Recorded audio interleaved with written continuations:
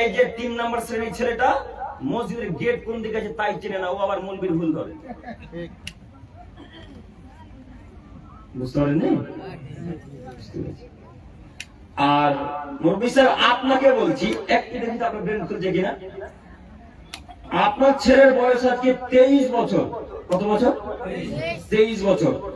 আপনার ছেলে যে এখন পর্যন্ত সালাত আদায় করে না, তো আপনি কি মনে করছেন যে আপনি বেঁচে আছেন এই ভেলায়? বেঁচে আছেন? বেঁচে নেই।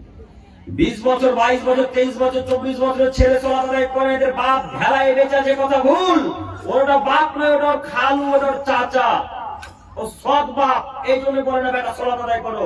যদি আসল বাপ হতো তাহলে বলতো আব্দুর রহমান চলো বেটা সালাত আদায় করো, দাম ভেঙে দেবো। চলো বেটা আগে নামাজ পড়ো, তারপরে কোনো কথা। কেন? কোন বাপ নিজের ছেলের ক্ষতি চায় না। কোন নিজের বাপ